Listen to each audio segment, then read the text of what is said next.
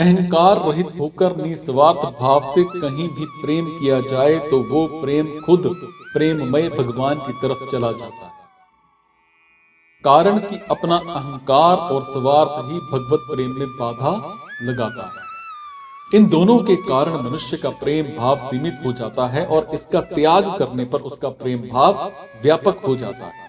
प्रेम भाव व्यापक होने पर उसके माने हुए सभी बनावटी संबंध मिट जाते हैं और भगवान का स्वाभाविक नित्य संबंध जागृत हो जाता है। जीव मात्र का परमात्मा के साथ खुद नित्य संबंध है, परंतु जब तक जीव इस संबंध को पहचानता नहीं और दूसरा संबंध जोड़ लेता है, तब तक वो जन्म मरण के बंधन में पड़ा रहता है। और इसका ये बंधन दो ओर से होता है। एक तो वो भगवान के साथ अपने नित्य संबंध को पहचानता नहीं और दूसरे जिसके साथ वास्तव में अपना संबंध है नहीं, उसके संबंध को नित्य मान लेता है।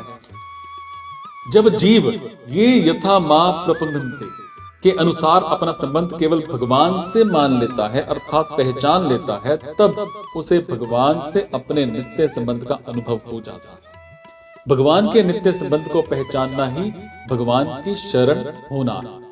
शरण होने पर भक्त निश्चिंत, निर्भय, निशोक और निशंक हो जाता है। फिर उसके द्वारा भगवान की आज्ञा के विरुद्ध कोई क्रिया कैसे हो सकती है? उसकी संपूर्ण क्रियाएं भगवान की आज्ञा के अनुसार ही होती।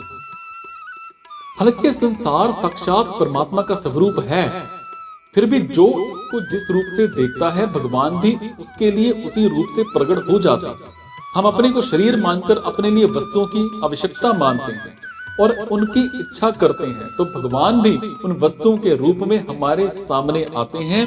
हम असत में स्थित होकर देखते हैं तो भगवान भी असत रूप से ही दिखते हैं। जैसे बालक खिलौना चाहता है तो पिता रुपए खर्च करके भी उसको खिलौना लाकर देता है।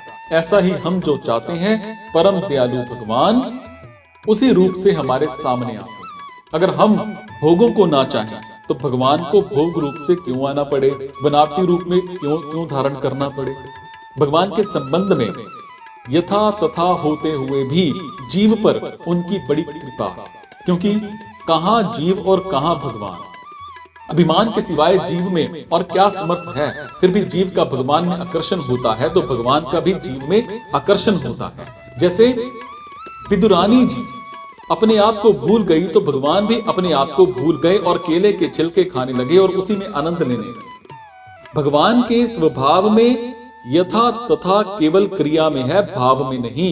भगवान का आस्तिक से आस्तिक व्यक्ति, उसके प्रति जो स्नेह है, कृपा है, वैसा ही स्नेह, वैसी ही कृपा नास्तिक से नास्तिक व्यक्ति के प्रति भी है। इसीलिए भगवान के यथा तथा में स्वार्थ भाव नहीं है। हालांकि ये तो भगवान की महत्वता है कि कहां जीव और कहां भगवान। फिर भी वो जीव को अपना मित्र बनाते हैं, उसको अपने समान दर्जा देते हैं। भगवान अपने में बड़प्पन का भाव नहीं रखते, ये उनकी महत्वता है।